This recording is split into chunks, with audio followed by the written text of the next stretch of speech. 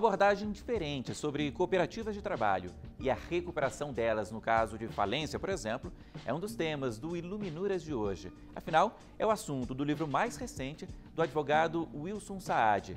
Quem também conversa aqui com a gente é o escritor Morvan Ulloa. Poeta, o Morvan tem 4 livros lançados, todos eles de poesia, e o mais recente é Ainda Há Uma Saída. Tudo bem, Morvan? Bem, Paulo. Bem-vindo. Muito obrigado pela oportunidade. Bom, eu sei que você tem memória boa, se lembra de alguns dos primeiros livros que leu. Sei também que a adolescência foi um período importante, marcante nessa questão da literatura. Alguns pontos, da nossa vida marcam a gente. Esse foi um?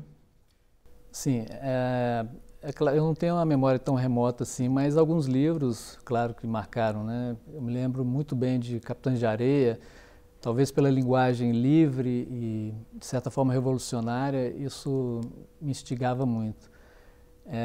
Na época de férias, de adolescência, que eu costumava passar na fazenda de um tio, apesar de ser uma família muito simples, era uma família de cultura, de grande cultura, com um acervo literário muito interessante, e isso foi uma abertura grande para ler e ler cada vez mais e me interessar e viajar nas letras. E o que você gosta de ler hoje, Morvan? Você tem autores, livros preferidos, tem suas listas? O que você gosta?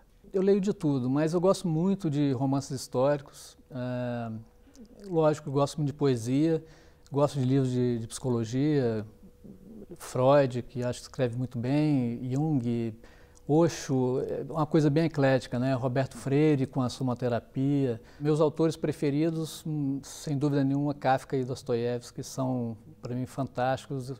São livros que conseguem me transportar e cumprem um papel da literatura, para mim, que é a ressignificação, o movimento e se perceber na história daqueles autores.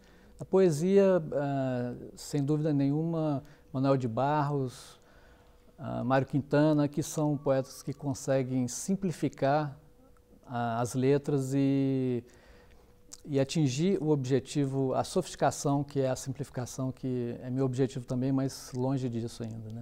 Você falava poesia, é claro, gosta muito de poesia, é poeta, tem 4 aqui livros publicados, e eu vou pegar aqui um deles, que tem uma capa diferente, tem aqui uma espécie de fechadura, o título não está aqui fora, está aqui dentro.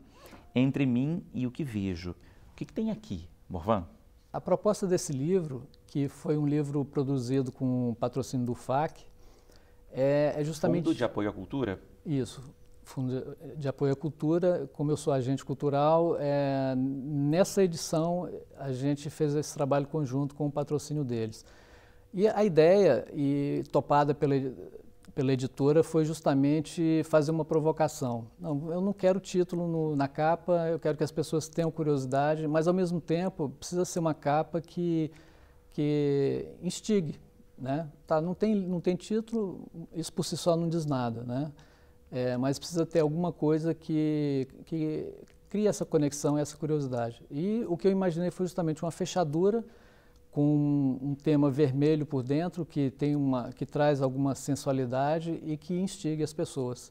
Essa foi a ideia do livro. E dentro são as poesias, as mais livres possíveis, com muita sensualidade, com muito movimento. Essa é a proposta.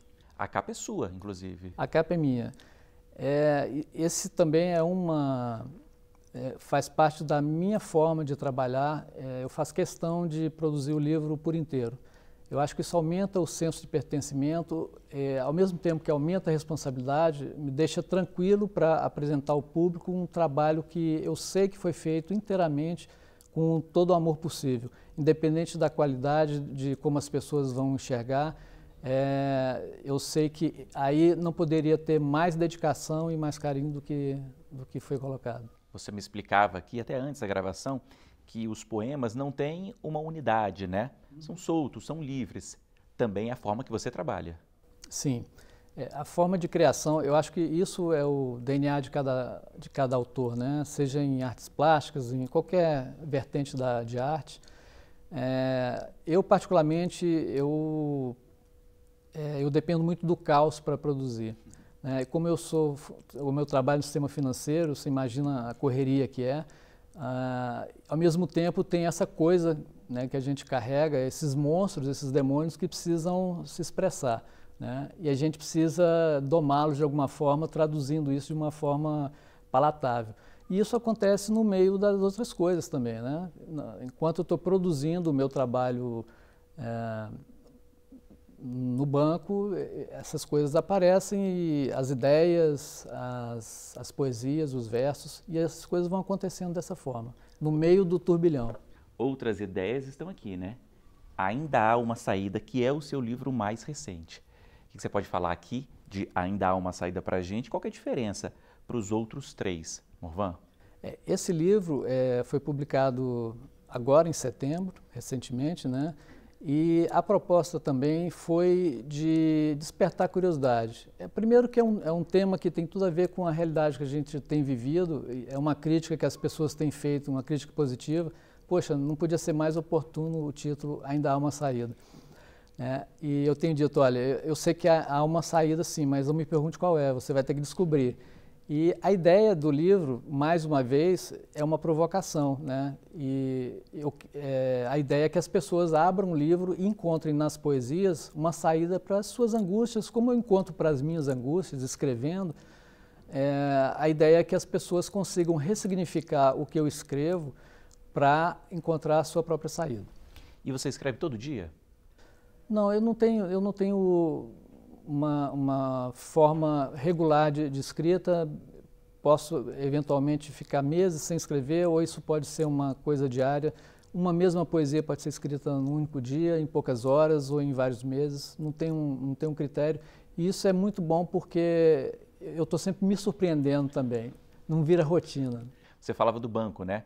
É um trabalho difícil, complexo, e dali surgem muitas ideias. De onde mais, como, o que te chama a atenção? A produção em artes plásticas também, que é uma vertente que eu gosto, né, e que eu chamo de poesia plástica também, porque se propõe a ressignificação, a criar movimento, a que as pessoas enxerguem aquilo como poesia viva também. Tudo serve como observatório, na verdade, né? Problemas, imagens, conversas, olhares, tudo pode virar poesia, pode virar uma escultura em tela, né? O nada, né? A falta de observação também pode ser uma fonte de inspiração. Agora, nessa questão aqui da poesia, quando você observa algo que te chama a atenção, você escreve, você mantém ali na cabeça, você tem esse poder ali de memorização, de concentração. Como que é ali no dia a dia? É bom poder escrever quando vem, mas nem sempre é possível, né? Normalmente, quando não dá para escrever, eu tento guardar a ideia ou a imagem, porque a poesia, muitas vezes, ela vem sob forma de imagem primeiro, de um movimento. E aí você, com o tempo, você traduz isso em versos, né? Então, acontece das mais diversas formas, mas prioritariamente eu trabalho com imagem. E as minhas poesias se propõem a ter imagem e movimento. Então, normalmente, quando eu estou escrevendo, eu já tenho um movimento, pode ser uma poesia de poucos versos, mas ela conta uma história. Para mim, eu espero que as pessoas, quando leiam, que consigam construir uma história própria. Nessa questão aí, né, de processo criativo mesmo, você fala em digital do artista. Você quer dizer o quê? Que cada livro, cada poema é único, cada um tem a sua produção, cada um interpreta da sua forma? O que quer dizer?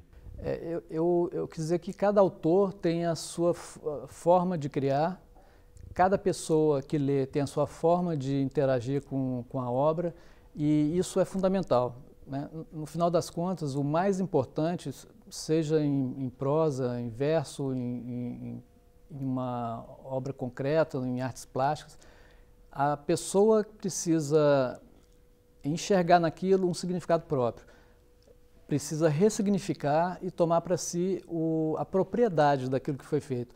Isso para mim, é a finalidade da obra. Se a pessoa que olha, que lê e que vê e toca não consegue fazer isso, aquilo não é arte para mim. Agora, você publica, né? Você escreve, publica, já tem aqui seus 4 livros. Publicar serve para quê? Por que chegar nas pessoas? Por que não ficar com você? Isso é um incômodo que vem junto no final de um processo criativo. chega um momento que, mesmo que você publique na internet ou mande para as pessoas, que as pessoas vejam, é preciso encerrar um ciclo para você se renovar, né? Isso é uma necessidade intrínseca também, é uma coisa que faz parte de mim. Eu imagino que os autores, de uma forma geral, passam por isso, que é como se você tivesse abarrotado daquelas coisas, que são coisas suas, são coisas importantes para você, mas que você tem a necessidade de que elas tenham um novo dono, elas precisam passar para outras mãos. E isso, uma forma de representar isso é agrupar isso num livro, numa publicação e pôr na mesa e falar, toma, agora é seu. E partir para outra fase da vida, começar coisas novas e deixar que as pessoas cuidem bem do que você criou. Ok. Morvan, isso foi um prazer receber você aqui no Iluminuras, conversar sobre poesia, sobre as suas poesias, sobre as capas que são muito bonitas. Parabéns, boa sorte. Obrigado, Paulo. Obrigado pela oportunidade mais uma vez. Imagina. Bom, esse foi apenas o primeiro trecho aqui do Iluminuras. Depois do intervalo a gente fala mais sobre literatura, dessa vez com o advogado Wilson Saad. É um minutinho só, hein? Não saia daí.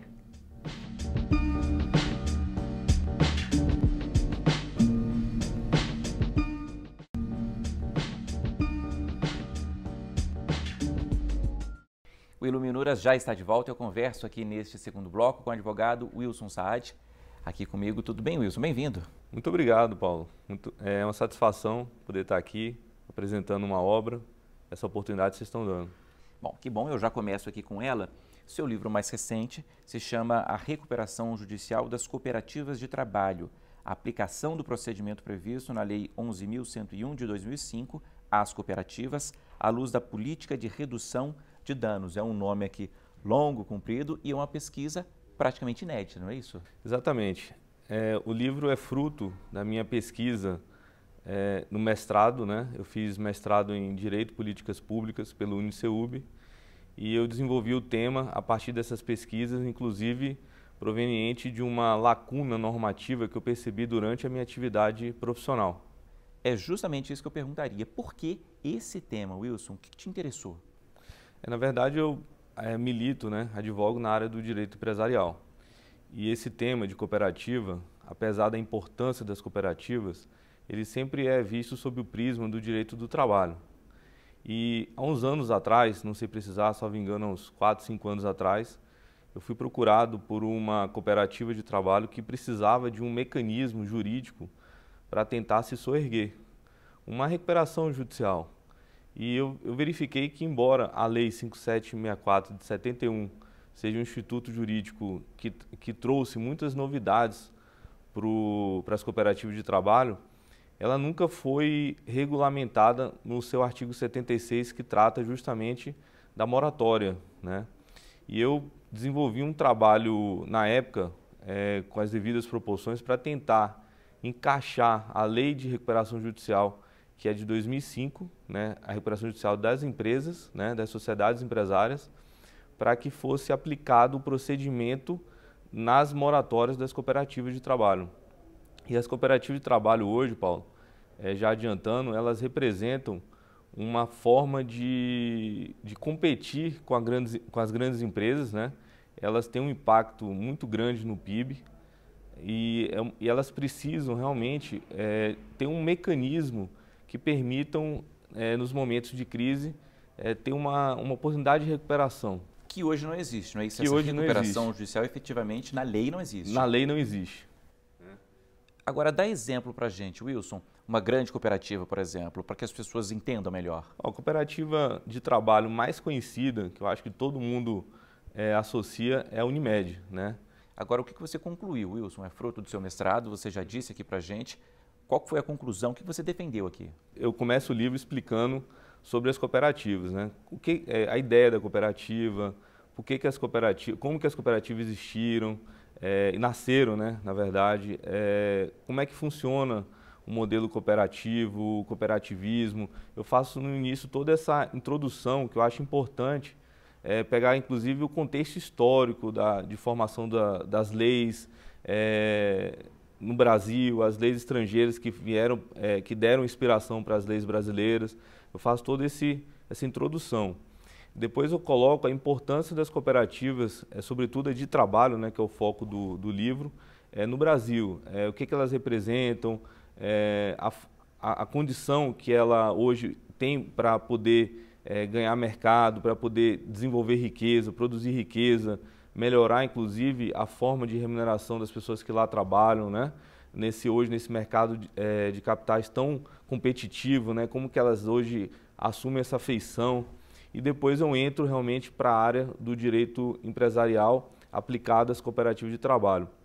O título é um pouquinho grande, mas eu trato inclusive da política pública de redução de danos, porque o dano hoje, quando uma empresa, uma sociedade ou uma cooperativa ela encerra suas atividades, elas reverberam por toda a sociedade. Ela está dentro da sociedade. Então, se ela está dentro da sociedade, ela precisa que o Estado promova políticas públicas, inclusive por meio da edição de leis, para proteger essa entidade, né? O que não existe hoje é que você defenda que exista? Eu defendo que exista e eu dou, inclusive, uma solução para que até permitir a edição de uma lei ou uma alteração da lei de falência, que inclusive eu cito duas proposições normativas, né, proposições legislativas de iniciativa de alguns parlamentares para poder incluir a cooperativa de trabalho como beneficiadas da lei de falência e recuperações judiciais. E o que acontece a partir de agora? Encerrou suas atividades e fica por isso? Encerrou suas atividades e, por incrível que pareça, ela é uma massa de insolvência, né, que tenta arrecadar o patrimônio para poder pagar o máximo de credores possível. Ou seja, bem na verdade é uma falência, ou seja, no final se torna uma falência sem ter tido uma oportunidade de uma recuperação judicial. Que é o que você defende? É o que eu defendo, porque a lei de cooperativas, ela prevê, sobretudo no seu artigo entre os 74 e 76, a possibilidade das cooperativas de trabalho que estão em uma situação de crise econômico-financeira aplicar uma moratória, ou seja, eu preciso de um tempo para poder me reequilibrar, para poder cortar a despesa, para poder buscar novas fontes de renda, e eu preciso que sejam suspensas as execuções. É isso que esse artigo, que a lei trata. Só que o problema é o seguinte: como que eu vou implementar esse artigo? Como que eu vou colocar uma moratória em uma cooperativa? Não existe hoje o novo Código de Processo Civil, que é recente, um código muito inteligente, muito bem feito, que aprimorou muito o Instituto Processual. Ele não trouxe nenhum procedimento como que vai se materializar essa moratória. Então, qual é o procedimento que eu devo aplicar? Não existe nenhum regulamento, não existe nenhum decreto regulamentar, não existe nenhum tipo de norma jurídica que regulamente essa moratória. Então, na lacuna, né, eu trato isso também, a lacuna da normativa, eu trago, inclusive, cito Kelsen, toda a forma de integração da norma sem incorrer no ativismo judicial, né? Então, assim, essa lacuna tem que ser preenchida. Não existe como você ter a norma prever uma situação e você deixar de aplicar ela por uma lacuna. Então, o operador do direito, ele pode se valer do procedimento previsto na Lei de Recuperação Judicial para integrar essa norma da lei de cooperativa que prevê a moratória para aplicar às cooperativas um procedimento análogo à recuperação judicial, enquanto as cooperativas não estão ainda beneficiadas na lei de recuperação judicial. É uma saída, né, que foi encontrada. Agora, que dificuldade, qual foi o desafio, Wilson, em tratar de um tema que praticamente não se vê bibliografia, pouco se escreve, pouco se estuda? O que você encontrou? Isso, muito pouco tratado o tema, tá? Primeiro que a gente encontra resistência, sobretudo na aplicação, porque não deixa de ser um paradigma, né? Como todo paradigma, para você quebrar, para você poder criar esse novo entendimento, é sempre uma dificuldade para convencer as pessoas, né? Então, eu precisei buscar livros na área de direito do trabalho, na área do direito empresarial, direito constitucional, ou seja, multidisciplinar, para poder pensar as peculiaridades das cooperativas, fazendo todo um panorama no ordenamento jurídico. E eu realmente encontrei muita dificuldade porque não há eu digo muito, mas na verdade é praticamente escasso esse tema, né, na doutrina. Não existe muitas pessoas falando sobre isso, malgrado a importância e o reflexo das cooperativas de trabalho na nossa sociedade. Bom, o livro está aqui, né, é fruto da sua dissertação de mestrado. Agora, como é que foi o processo de escrita, Wilson? Foi longo, você tinha uma espécie de ritual, você é programado ali, é sistemático, tem seus horários, como é que você produziu? Olha, Paulo, eu que milito na advocacia há quase 12 anos, realmente eu encontrei uma dificuldade hercúlea para poder escrever, porque o dia a dia nosso não é fácil, então eu acabei encontrando na madrugada o horário ideal para poder escrever. Né? Tem seu escritório, né? Continuou trabalhando normalmente durante o mestrado. Exatamente, continuei trabalhando normalmente, então a madrugada me deu aí esse período aí para poder escrever. E você tinha uma espécie ali de ritual, se sentava de determinada forma, comia alguma coisa ou não? Me enchia de livro na frente, fazia aquela bagunça na mesa, ia toda hora pegando um livro, pegando outro, escrevendo e e muito café, né? Café e água. E deu certo? Deu certo. Bom, Wilson, é isso. Obrigado pela presença aqui no Iluminuras.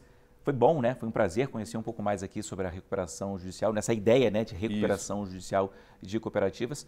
Boa sorte, até a próxima. Eu que agradeço a oportunidade, Paulo. Estou sempre à disposição. Que bom. Bom, e muito obrigado também a você que nos acompanhou aqui hoje. O Iluminuras fica por aqui, mas para rever este e outros programas, acesse aí tvjustiça.jus.br. Mande um e-mail para a gente também, iluminuras@stf.jus.br. E até a semana que vem. Tchau.